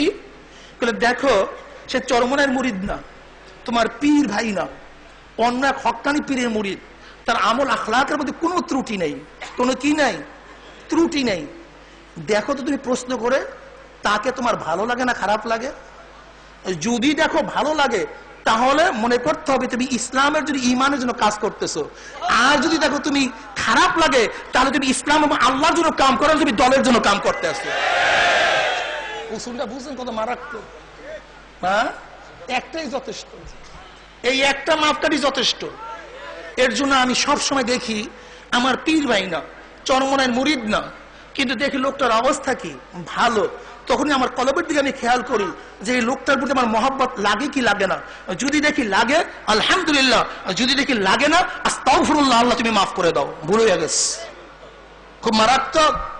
বর্তমান জমানায় দেখা যায় কোন পীরের মুরিদ আর এক পীরের মুরিদকে দেখতেই পারে না। অত সাবাতুন ইউযিল্লুহুমুল্লাহু ফি যিল্লিহি লা যিল্লা ইল্লা যিল্লুহু আল ইমামুল আদিল ওয়া শাবুন নাশা ফি ইবাদাতিল্লাহ ওয়া রাজুলুন কলবুহু মুআল্লাকুন ফিল মাসাজিদ ওয়া রাজুলান তাহাব্বা ফিল্লাহি ইসতামা আলা যালিকা ওয়া তাফাররাকা আলাইহি ওয়া রাজুলুন দাআতু ইমরাতুন যাতু মানসাবিন ওয়া জামালান ফাকাল ইন্নী আখাফুল্লাহ ওয়া রাজুলুন তাসাদদাকা বিসাদাকাতিন ফাআকফাহা হাত্তা লা তা'লামা শিমালুহু মা তুনফিকু ইয়ামিনুহু ওয়া রাজুলুন যাকারাল্লাহ খালিয়ান ফাফাজাত আইনাহু। উভয়ের মহব্বত থাকতে হবে কার জন্য? আমার আল্লাহর জন্য, দলের জন্য না। দেখো তার মধ্যে আল্লাহর প্রেম আছে, তোমার মধ্যে আল্লাহর প্রেম আছে, এদিক থেকে দুজন বন্ধু, তা তোমার শত্রু হবে কেন? আজীব ব্যাপার। এইদিকে তোমাগুলি তোমার বন্ধু হওয়ার যুক্তি, কিন্তু শত্রু হবে কেন? কারণটা কোন যুক্তিতে শত্রু হবে সেই যুক্তির আমাকে দেখায় দাও। সেও যেই মাওলার জন্য দৌড়াইতেছে, তুমি তো সেই একই পথে দৌড়াইতেছো, তাহলে তুমি তাকে ঘৃণা করো কেন? কারণটা কি? তাহলে তোমার পথ আলাদা, তারপর আলাদা। কথাটা বুঝতে পারি না?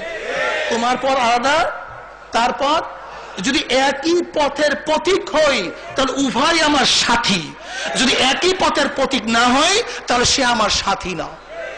মনে রাখতে হবে। অনেক আলেমদের মধ্যে, অনেক পীরের মুরিদের মধ্যে এই দোষটা মারাত্মক।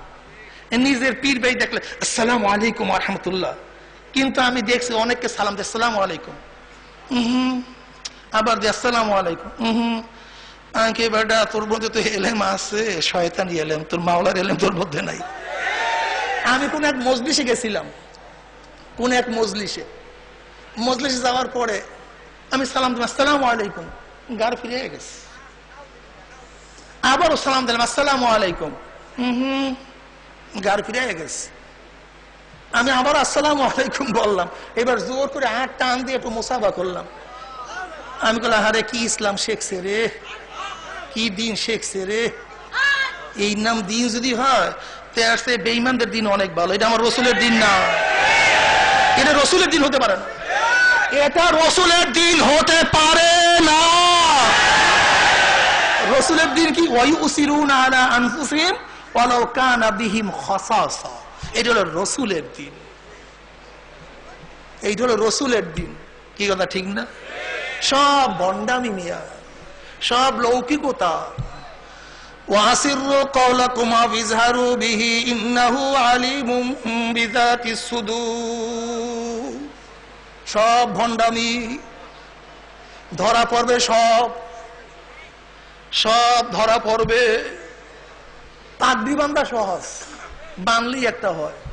নতুন নতুন মুরিদ চরমুনায়, জীবনে চরমুনায় আসে না, আইসেই দেখে মাথাটা পাগড়ি বাঁধ, কাজটা সহজ। কি কথা ঠিক না? দাড়ি রাখা ছাইরে দিলাম, কাটলাম না, বড় হয়ে গেল, সহজ। মার্কেট দিয়ে একটা জামা কিনা গায়ে দেওয়া সহজ, কিন্তু কলবটাকে পরিষ্কার করা খুবই কঠিন। যেমন আমি দেখছি আমার জন্য বয়ান করা জায়েজ নেই, খোদার কসম আমার জন্য বয়ান করা জায়েজই নেই, কিন্তু কেন বয়ান করি? কারণটা কি? সব সময় চিন্তা করি মাওলা যেই বয়ান করি মানুষের জন্য তুমি আমার মধ্যে ফিট করিয়ে দিও, এই নিয়ত। এরপর আসলে ঠিক না, এরপরে আসলে তাজকিয়া নফস। এখন তো বয়ানটা ব্যবসা, গলা ভালো তো বয়ান শুরু হয়ে গেছে। কি কথা ঠিক না? এত সহজ না, এটা খুব কঠিন এক অধ্যায়। জিবরাইল আলাইহিস সালাতু ওয়াস সালাম মেরাজের রাত্রে হুজুর আলাইহিস সালাতু ওয়াস সালাম সব কিছু ঘুরাইয়া দেখাইতে আছে। এর মধ্যে দেখে এক ব্যক্তির নিচের হোঁটটা বড় হয়ে যাইতে আছে, বড় হয় আবার কাঁচি দিয়ে কাটিয়ে ফেলায়, আগুনের কাঁচি দিয়ে আবার কাটিয়ে ফেলায়। আল্লাহ নবী প্রশ্ন করছেন জিবরাইলকে, ভাই জিবরাইল ব্যক্তির অবস্থা এরকম কেন? বলে ইয়া রাসূলুল্লাহ, ইয়া হাবিবাল্লাহ, এটা দুনিয়ার মধ্যে নসিহতকারী ছিল, ওয়াইজিন ছিল, মানুষকে নসিহত করতো, নিজে আমল করতো না। কঠিন বাবা। কাবুরা মাকতান ইনদাল্লাহি আন তাকুলু মা লা তাফআল। এই তাজকিয়া নফস করতে করতে করতে করতে মানুষের অবস্থাটা কি হয়ে যায়? পরিবর্তন হয়ে যায়। পরিবর্তন হইতে হইতে হইতে হইতে তার মধ্যে ফেরেশতা সুলভ আচরণ চলে আসে। কি কথা ঠিক না? এরপরে অবস্থা হইতে হইতে হইতে হইতে এই পাগলার অবস্থা সব মাওলার সিফাতের সাথে, গুণের সাথে মিলিয়ে যায়। ফাইজা আহবাবতুহু কুনতু সামআহু আল্লাযী ইয়াসমাউ বিহি ওয়া বাসারুহু আল্লাযী ইউবসিরু বিহি ওয়া ইয়াদাহু আল্লাতী ইয়াবতিশু বিহা ওয়া রিজলাহু আল্লাযী ইয়ামশি বিহা। আল্লাহ পাক রব্বুল আলামিন হাদিসে কুরসির মধ্যে ফরমান, বান্দা ইবাদত করতে করতে, নফল ইবাদত করতে করতে আমি তাকে মহব্বত করা শুরু করি। আর যখন বান্দাকে আমি মহব্বত করা শুরু করি, তখন আমি তার কান হয়ে যাই, যেই কান দ্বারা সে শোনে। আমি তার চক্ষু হয়ে যাই, যেই চক্ষু দ্বারা তার দেখে। আমি তার হাত হয়ে যাই, সেই হাত দ্বারা সে কাজ করে। আমি তার পাও হয়ে যাই, যেই পাও দ্বারা সে চলে। তার মানে আমার মাওলার খেলাফ কোনো কাজ করতেই পারে না, মাওলার খেলাফ কোনো কাজ করতেই পারে না। তখন মাওলার সাথে তার একটা সম্পর্ক হয়ে যায়। মানুষ তো সবই, কিন্তু একজন কেন দামি, একজন কেন দামি না, এর কারণটা কোথায়, এইটা আমাদের বুঝতে হবে। কি কথা ঠিক না? ওমর ইবনে খাত্তাব রাদিয়াল্লাহু তাআলা আনহু তিনি মদিনায় বসে বলছেন, ইয়া সারিয়াতুল জাবাল, এ সারিয়া উনজুরিলাল জাবাল, তুমি কোথায় তাকাও? পাহাড়ের দিকে তাকাও। সেই সংবাদ কেমনে পুছলো? পুছার ব্যাপারটা কি? আমাদের সংবাদ কেন পুছে না? আবার হযরত ওমর ইবনে খাত্তাব রাদিয়াল্লাহু তাআলা আনহু নীল নদকে চিঠি দিলেন, থালাবার সাথে সাথে নীল নদ পানি জারি হইল কেন? দেখার বিষয় আছে কি নাই? জোরে বলেন। আবার দেখবেন লামুজাহাবি, এই আহলে হাদিসের গোষ্ঠী, এরা আল্লাহওয়ালাদের তাজকিরা আলোচনা পছন্দ করে না, এটা ভালো লাগে না। কি কথা ঠিক না? তাই কোরআন এবং হাদিসের অবস্থাটা কি?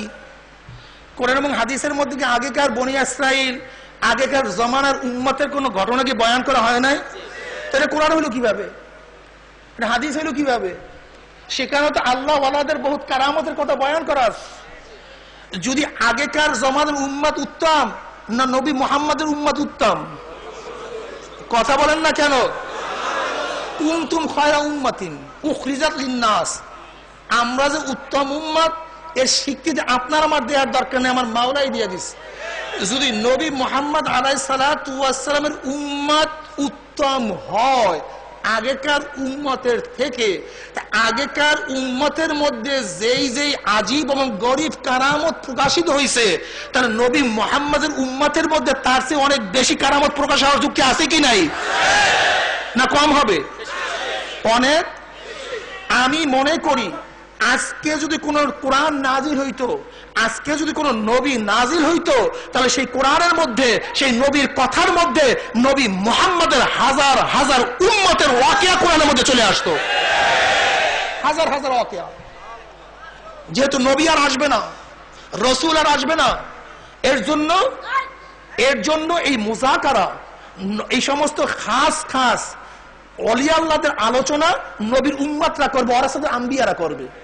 কি কথাটা বুঝাতে পারি নাই? যদি আজকে নবী নাজিল হইতো, আমি বিশ্বাস করি সেই কিতাবের মধ্যে হাসান বসরির কথা চলে আসতো। আর যদি কোরআন নাজিল হইতো, তাহলে সেখানে আব্দুল কাদের জাইর রহমাতুল্লাহর কথা চলে আসতো। যদি আজকে কোন কোরআন নাজিল হইতো, সেখানে শিবলি রহমাতুল্লাহর কথা চলে আসতো। আজকে কোরআন নাজিল হইলে বাইজিদ বুস্তামির কথা চলে আসতো। আজকে কোরআন নাজিল হইলে মঈনুদ্দিন চিশতি রহমাতুল্লাহর কথা চলে আসতো। আজকে কোরআন নাজিল হইলে রশিদ আহমদ গঙ্গুর কথা চলে আসতো। আজকে কোরআন নাজিল হইলে হযরত ইসহাকের কথা চলে আসতো। আজকে কোরআন নাজিল হইলে সৈয়দ ফজলুল করিমের কথা চলে আসতো, তাদের কাজের কথা চলে আসতো। যেহেতু কোরআন নাজিল হবে না, এই লামুজাহাবির গোষ্ঠী আল্লাহ ওয়ালাদের পছন্দ না করার কারণটা কি? কিতাবুল্লাহ রেজালুল্লাহ, কিতাব এবং আল্লাহ পাকের নবী, এই দুই জিনিস ব্যতীত ইসলাম সামনে চলতে পারে না। আর ওদের মূল টার্গেট হলো ওলি আল্লাহদের প্রতি ঘৃণা সৃষ্টি করে দাও। আর যখন মানুষের প্রতি ঘৃণা সৃষ্টি হবে, ওই ব্যক্তি যতই ভালো কথা বলবে না কেন, তার কথা আর গ্রহণ করবে না। এর জন্য লামুজাবি এবং ফাসেক এবং মওদুদি জামাতের মূল টার্গেট হলো সমস্ত ওলিদের উপর ঘৃণা সৃষ্টি করে দাও। আর যখন ঘৃণা হবে, যে যতই ভালো কথা বলুক না কেন, তার কথা আর কেউ শুনবে না। মূল জায়গায় গেছে। কি কথা ঠিক না? এরপরে কি হয়, তার অন্তর পরিষ্কার হয়ে যায়। পরিষ্কার হইতে হইতে এই আয়নার মধ্যে সবকিছু ছাপ পড়ে। ছাপ পড়তে পড়তে তার মধ্যে যেই গুণ চলে আসে, অন্যের মধ্যে সেই গুণ থাকে না। এখন তার মধ্যে যেই গুণ আছে, ওই গুণের হালাতে যেই কাজ করে, আমার মধ্যে সেই গুণ নাই, সেই হালাত আমার মধ্যে পয়দা হবে কিভাবে? আমাকে বলেন। প্রশ্নটা বুঝেন নাই? এই প্রশ্নটা আমি কাকে জবাব দিতে চাই? যারা বলে অমুক এরকম করে কেন, অমুক এরকম করে কেন, অমুকের চেহারা এরকম হয়ে যায় কেন? আর ভাই, তার মধ্যে যেই জিনিস আছে, তোর মধ্যে সেই জিনিস নাই। তুমি বুঝবা কিভাবে? তোমার বোঝার কায়দাটা কি বলো তো? তোমার মধ্যে মালটাও নাই। কি কথা ঠিক না? আমার দাদাদানের কাছে একজন ব্যক্তি আসছে, আলেম আসছে বহস করার জন্য, বহস করবে। তা আমার দাদা জাব রহমতুল্লাহ বহস করতে আইছে, বলে হ। তা আমার দাদা জাব রহমতুল্লাহ আলাই কোরআন শরীফ মিললেই বলে, পড়েন তো এই সূরাটা, সূরা নূরের, আল্লাহু নূরুস সামাওয়াতি ওয়াল আরদ মাসালু নূরিহি কামিশকাতিন ফিহা মিসবাহ আল মিসবাহু ফি জুজাজা আয-জুজাজু কাআন্নাহা কাওকাবুন দুররিয়্যুন ইউকাদু মিন শাজারাতিন মুবারাকাতিন যাইতুনাতিন লা শারকিয়্যাতিন ওয়ালা গারবিয়্যা। এই আয়াতটা পড়েন তো। যখনই ওই ব্যক্তি শুধু আল্লাহু নূরুস সামাওয়াতি ওয়াল আরদ এই আয়াত পড়ার সাথে সাথে লাফাইতে লাফাইতে চিল্লাইয়ে বেহুশ হয়ে পড়ে গেছে, একেবারে চিল্লিয়ে পড়ে গেছে। এখন হুশে আসার পরে আমার দাদাজান বললেন, কি হয়েছে ভাই, আপনি চিল্লাইলেন কেন? হ্যাঁ, হয়েছেটা কি? হুজুর, এই আয়াত জীবনবার পড়ছি, জীবনবার তাফসীর করছি, বহুতবার আয়াত তেলাওয়াত করছি, ব্যাখ্যায় কোনো কমতি নাই।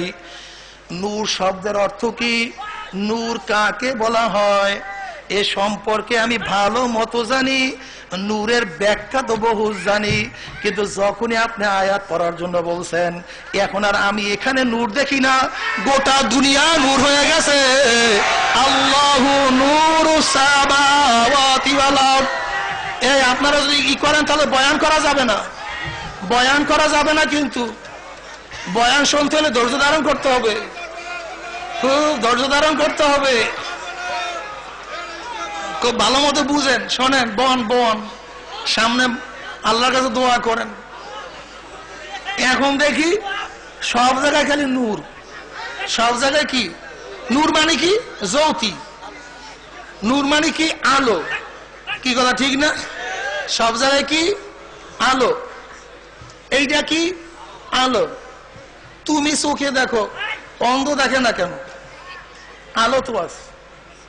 বুঝেন নাই কথাটা? আমরা কথা জবাব দেন না কেন? আলোতে মানুষ কি দেখে? চোখে দেখে। কে দেখে? যার চক্ষু নাই, না আলো নাই। সবাই কথা বলেন সাথে সাথে। কি নাই? আছে কি? আল্লাহু নূরুস সামাওয়াতি ওয়াল আরদ। সব মাওলার নূর, মাওলার নূর সব জায়গায় আছে, তুমি কেন দেখো না? নূরুন আলা নূর ইয়াহদিল্লাহু লিনূরিহি মাইয়াশা। এই নূরের দিকে মাওলা পাক যাকে ইচ্ছা তাকে হেদায়েত প্রদান করেন। যে ব্যক্তিকে আল্লাহ পাক রব্বুল আলামিন নূরের পথ দেখাবে না, সেই ব্যক্তি নূরের সন্ধানও কোনোদিন পাবে না। কি কথা ঠিক না?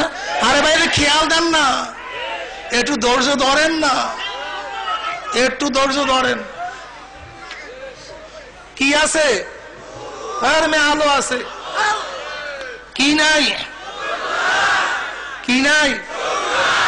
কিন্তু আলো নূর সব জায়গায় আছে। তোমার কলব নাই, এই কলব নাই বলতে আমি মৌলিক কলবের কথা বলছি না, কলবের যেই গুণ সেই গুণ তোমার মধ্যে নাই। তোমার কাছে আয়না আছে, কিন্তু আয়নার গুণ অন্য একটা জিনিসকে তোমার সামনে হাজির করবে, অন্য একটা জিনিসকে দেখায়া দিবে। তোমার কাছে ঠিকই আয়না আছে, কিন্তু আয়নার গুণ তোমার মধ্যে নাই। নাহলে তোমার মধ্যে কলব আছে, যেই কলব নূর দেখবে সেই কলবের মাদ্দা গুণ তোমার কলবের মধ্যে নাই। কি কথা ঠিক না? কিন্তু যারা এই পথে চলতে চলতে চলতে চলতে কলবটাকে ঘষতে ঘষতে ঘষতে ঘষতে কলবটাকে পরিষ্কার করিয়া ফেলাইছে, স্বচ্ছ করিয়া ফেলাইছে, ওই ব্যক্তির অবস্থা কি? ওই ব্যক্তি যেই দিকে তাকা দেখে নূর আলা নূর, শুধু দুনিয়াই দেখে না, তার নূর এখানেই দেখা শেষ না, সব জায়গায়। তবে এখানে নূরের যেহেতু কথা আসছে, আর একটা কথা মনে রাখতে হবে, আর একটা কথা মনে রাখতে হবে, নূর একটা যৌতি, এর কোনো লা শারকিয়াত না লা গারবিয়া, কোনো দিক নাই, কোনো কি নাই, দিক নাই, কোনো ইহাতা নাই, সব দিক থেকে। বন ফাইজলামি করে বন, বয়ান শুনতে দেন না রে ভাই রে, বয়ানের দিকে যাইতেই তো দেন না। এতক্ষণ স্ট্রাকচার ঠিক করছি, খুব খেয়াল দিয়ে কথা শোনেন, খুব খেয়ালের সাথে। নূরের কোনো কি নাই, এহাতা নাই, হদ নাই, কোনো দিক নাই। এই আলো কোন দিক থেকে আসছে? মোম দাঁড়াইছেন, মোমের কোনো দিক নাই, না পশ্চিম আছে, না পূর্ব আছে, না উত্তর আছে, না দক্ষিণ আছে, না নিচ আছে, না উপর আছে, সব দিক থেকে শুধু আলো আর আলো। নূর আলা নূর, সব জায়গায় নূর। এই নূরের মধ্যে দুনিয়ার মধ্যে একদল লোক থাকে, তারা আমার মাওলার নূর ধরা পড়িয়া যায়। কিন্তু নূর কার সামনে যখন ধরা পড়বে, নূরের কত রং আছে, এর কোনো রঙের শেষ নাই। অনেক সময় লাল বর্ণের হয়, সাদা বর্ণের হয়, দুধের রং হয়। কিন্তু আবার শয়তানের নূর দেখাইতে পারে, শয়তানের নূর দেখাইতে, কিন্তু কোনটা মাওলার নূর কোনটা শয়তানের নূর বুঝবেন কিভাবে? কি কথা বুঝতে পারি না? বুঝবেন কিভাবে? যেই নূর দেখার পরে ভয় লাগে আর এইটা চলিয়া যাক, এইটা মনে মনে কামনা করতে থাকে যে এটা সরলেই ভালো লাগে, মনে করতে হবে এটা শয়তানের নূর। কিন্তু যেই নূর দেখার পরে মজা লাগে, শুধু মজার মজার মজার মজা, মনে হয় কোন জগতে চলিয়া গেছি, ভালো লাগে না। আর ওই নূর চলিয়া গেলে আর ভালো লাগে না, অস্থির হইয়া যায়, মনে করতে মাওলার দেয়া নূর। দুনিয়ার মধ্যে কিছু কিছু আল্লাহ পাকের পাগল আছে, যারা হাটে চলে হারওয়া রাখে, দপ্তরিস মারে ফাতে কেড়ে দে ঘর। এই সমস্ত আল্লাহ পাকের বান্দা বান্দির অবস্থা এত বেহাল, তারা দুনিয়ার কোনো খেয়াল নাই, কোনো জিনিসের খেয়ালের দিকে খেয়াল নাই। তারা সব সময় চিন্তা করে আমার মাওলাই কই, তারা দুনিয়ার মধ্যে আমার মাওলাকে নিয়ে থাকে। আল্লাহ তুমি কবুল করিয়া নাও, আল্লাহ তুমি কবুল করিয়া নাও। যখন এই সমস্ত আল্লাহ পাকের মুমিন বান্দা বান্দা মৃত্যুর আছাড় খাইয়া পড়িয়া যাবে, আমার মাওলা পাক রব্বুল আলামিন ডাক দিয়া বলবে, ফেরেশতারা আমার বান্দা বান্দি কোন জান্নাত কামাই করছে, খবরদার ওই জান্নাত খানা না দেখে রূহটাকে কবজ করিস না। খোদার কসম করিয়া বলিয়া থিয়া গেলাম, আল্লাহ পাকের মুমিন বান্দা বান্দি হঠাৎ স্বপ্নের মধ্যে দেখবে জান্নাতের দরজা ঠাস ঠাস করিয়া খুলিয়া গেছে। আল্লাহ তুমি কবুল করিয়া নাও। তাতানাজ্জালু আলাইহিমুল মালাইকাতু আল্লা তাখাফু ওয়া লা তাহজানু ওয়া আবশিরু বিল জান্নাতিল্লাতী কুনতুম তুআদুন। ওই জান্নাত দেখার সাথে সাথে আল্লাহ পাকের মুমিন বান্দা বান্দির রূহটা পাগলের মতো জান্নাত থেকে দৌড় মারবে। কখন যে শরীরের থেকে রূহ বাইর হইয়া যাইবে আল্লাহ পাকের মুমিন বান্দা বান্দি কোনো কিছুই টের করতে পারবে না। কবরে যাওয়ার সাথে সাথে আল্লাহ পাক বলবে, ওয়া ফিজুল ফরাশা মিনাল জান্নাহ বিসমিনাল জান্নাহ, এ ফেরেশতা আমার বান্দা বান্দির গায়ের মধ্যে জান্নাতের পোশাক লাগাইয়া দাও, ওর কবরের মধ্যে জান্নাতের বিছানা বিছাইয়া দাও। জান্নাতের নাজ নিয়ামত কবরের মধ্যে পাওয়ার পরে কিয়ামত কায়েম হইয়া যাবে। আল্লাহ পাকের মুমিন বান্দা বান্দি কিয়ামতের ময়দানে উঠবে। আল্লাহ পাক রব্বুল আলামিন কালামে পাকের মধ্যে ফরমান, ইয়াওমা লা ইউখজিল্লাহুন নাবিয়্যা ওয়াল্লাযীনা আমানু মা নূরুহুম ইয়াসা বাইনা আইদিহিম ওয়া বিআইমানিহিম ইয়াকুলুনা রাব্বানা আতমিম লানা নূরানা ওয়াগফির লানা ইন্নাকা আলা কুল্লি শাইইন কাদির। আল্লাহ পাকের মুমিন বান্দা বান্দি কিয়ামতের ময়দানে উঠবে, তাদের ডাইনে নূর, বামে নূর, সামনে নূর, পিছনে নূর, নূরের মধ্যে দৌড়াই বাবা মাওলাই কই, আমার মাওলাই কই। আল্লাহ আল্লাহ তুমি কবুল করিয়া নাও, আল্লাহ তুমি কবুল করিয়া নাও। আল্লাহ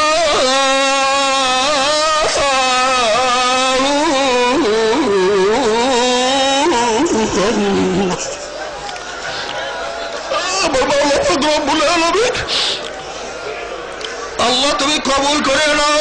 বাবারে ধৈর্য ধারণ করো, কথা শোনার চেষ্টা করো। বাবারে এই সাগরের মধ্যে কি যে মজা, এই সাগরের মধ্যে কি যে মজা,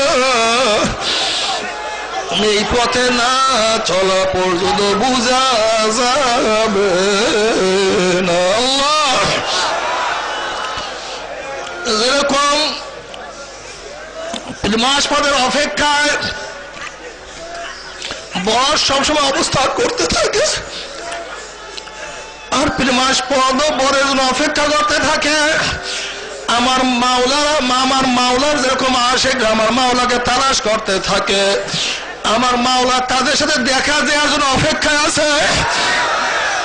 আল্লাহর হাবিব আলাইহিস সালাতু ওয়াস সালাম নিজেই বলেন, মান আহাব্বা লিকা আল্লাহ আহাব্বাল্লাহু লিকাহু ওয়া মান কারিহা লিকা আল্লাহ কারিহাল্লাহু লিকাহু। যারা আমার মাওলার সাথে সাক্ষাৎ করাকে পছন্দ করে, আমার মাওলাও তাদের সাথে সাক্ষাৎ দেওয়ার জন্য অপেক্ষায় আছে। আর যারা আমার মাওলার সাথে সাক্ষাৎ করতে চায় না, আমার মাওলা তাদের সাথে সাক্ষাৎ দিবে না। আল্লাহ তুমি কবুল করিও না। আল্লাহ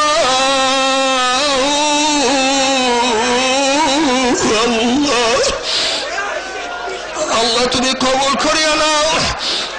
বাবারা কিন্তু খবরদার, এ মুসলমান বাবারা, এ মুসলমানের ঘরে জন্ম, মুসলমান বাবারা, এ মুমিনের ঘরে জন্ম, মুমিন বাবারা, আমার পর্দারে মা পড়ে না। আমার মাওলা যত বড়, আমার মাওলার জান্নাত তত বড়। আমার মাওলা যত বড়, আমার মাওলার জান্নাতের নেয়ামত তত বড়।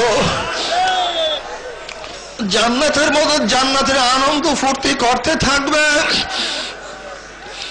এত মজা, এত আনন্দ, এত ফুর্তি।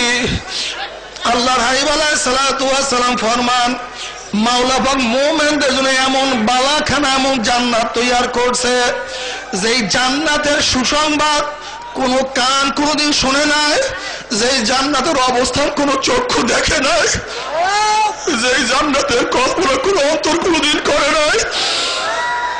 বুখারীর মধ্যে রওয়ায়াত আছে, এমন জান্নাত আমার মাওলা পাক রব্বুল আলামিন তার খাস বান্দাদের জন্য তৈয়ার করে রাখছে। জান্নাতের মধ্যে জান্নাতীদের ফল খাইতে মনে চাইবে, অটোমেটিক জান্নাতের গাছের ডালটা জান্নাতি মানুষের মুখে ঝকিয়ে পড়বে। ফল ছেড়ার প্রয়োজন নেই, অটোমেটিক জান্নাতের ফলটা মুখের মধ্যে ছিড়িয়া পড়িয়া যাবে। আল্লাহর হাবিব আলাইহিস সালাতু ওয়াস সালাম ফরমান, একটা ফলের মধ্যে কম পক্ষে 40 রকমের উপরে স্বাদ লাগাইয়া দেবে। জান্নাতের মধ্যে জান্নাতীরা আনন্দ ফুর্তি করতে থাকবে। এরপর আল্লাহ পাক রব্বুল আলামিন জান্নাতীদের প্রশ্ন করে, জান্নাতীরা আমি তোমাদের সাথে যেই ওয়াদা করছি সেই ওয়াদাকে আমি পালন করছি নাকি?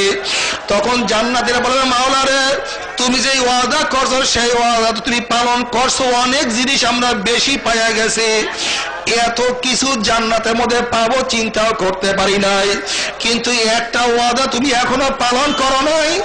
এই কথা বলার সাথে সাথে আমার মাওলা পাক ফেরেশতাদেরকে বলবে, এ ফেরেশতারা, আমি বান্দাদের সাথে ওয়াদা করছিলাম জান্নাতের মধ্যে তাদের সাথে সাক্ষাৎ করব, কিন্তু এখন পর্যন্ত আমি তাদের সাথে সাক্ষাৎ করি নাই। এ ফেরেশতারা নূরের পর্দা উঠাইয়া দেয়, যখন 70,000 নূরের পর্দা উঠাইয়া দেওয়া হবে, আল্লাহ তুমি কবুল করিয়া নাও।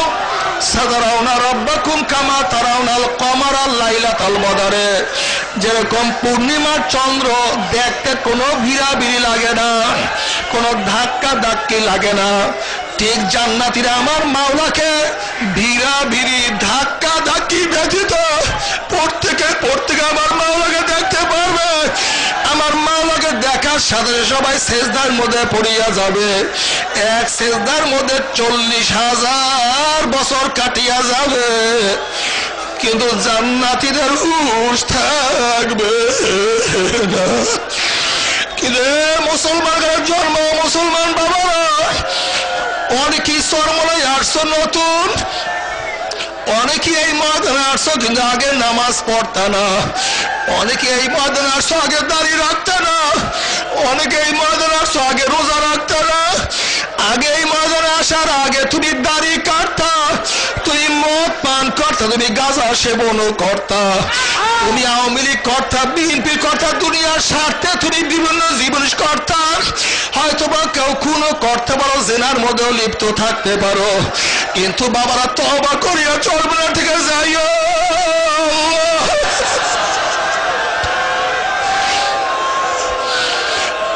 তওবা করিয়া চলবে না, থেকে যাইও রে বাবা। যদি তওবা না করিয়া চলবে না, থেকে যাও, আল্লাহ পাক জাহান্নাম, আল্লাহ গুনাহগারদের জন্য যে জাহান্নাম তৈরি করে রাখছে,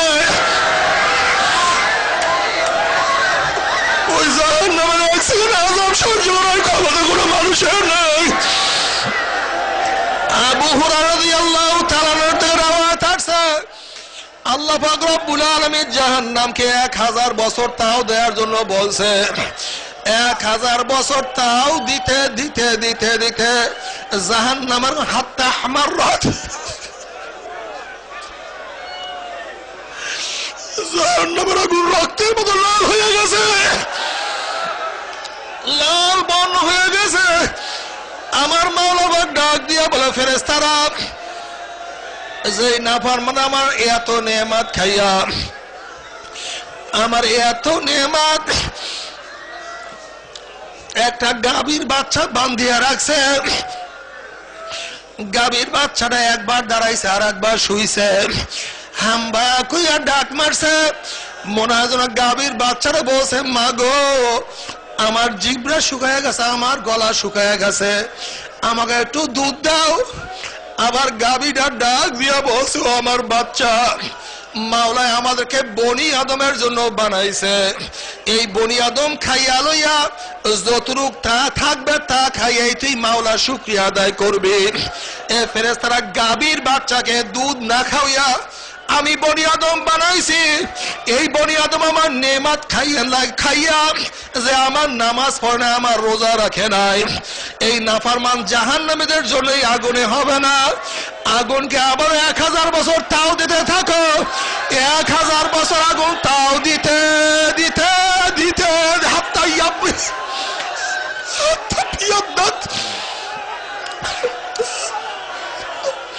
আগুন একেবারে সাদা দুধের মতো সাদা হয়ে গেছে। আমার মাওলা পাক বলে, ফেরেশতারা আগুনে হবে না, আমি মাওলার আসমান, আমি মাওলার জমিন, আমি মাওলার সূর্য, আমি মাওলার চন্দ্র, আমি মাওলার চক্ষু, আমি মাওলার জবান, আমি মাওলার হাত, আমার এত নেয়ামত খাইয়া লইয়াছে, আমার হুকুম মানে নয়, তাদেরকে এই আগুনে হবে না, আগুনকে আবারও জ্বালাইতে থাকো, আবারও 1000 বছর আগুন জ্বালাইতে জ্বালাইতে হাত্তা সুয়াদ্দাত হিয়া সাদওয়া মুজলামাতুন,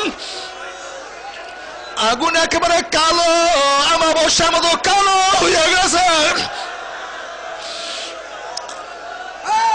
আগুনের মধ্যে গুরিম গুরিম শব্দ শুরু করিয়া দিছে। জাহান্নাম আমার মাওলার কাছে অভিযোগ করে, মাওলা রে, এখন অবস্থা আমাদের এমন অবস্থা হয়ে গেছে, আমাদের এক আগুনের অংশ আর এক আগুন খাইয়া ফেলাইতে আছে। আল্লাহ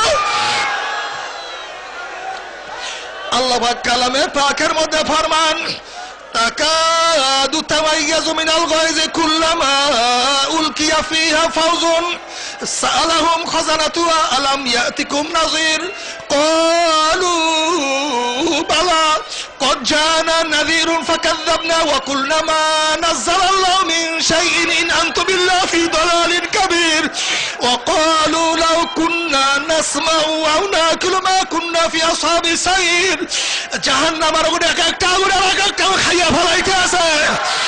জাহান্নামের আগুনে 1 মাইল 2 মাইল উঁচাইয়া শো আওয়াজ করতে আছে।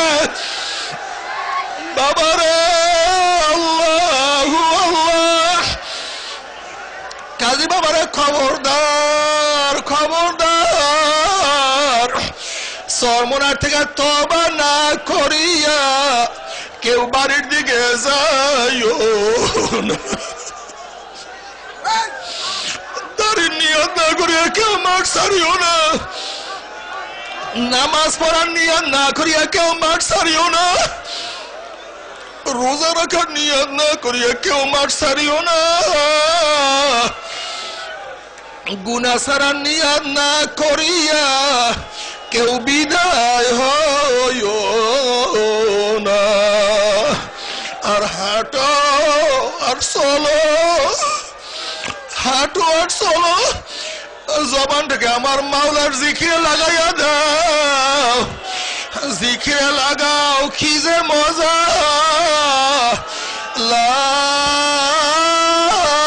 কিছু নাই, কিছু নাই, কিছু নাই, আল্লাহ বাদে কেহ মাবুদ নাই। লা ইলাহা ইল্লাল্লাহ।